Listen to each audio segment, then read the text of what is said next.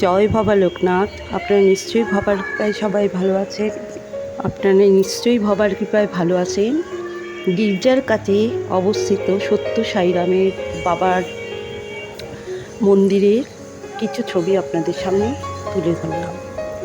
জয় সাইরাম, জয় সাইরাম, জয় সাইরাম, জয় বাবা।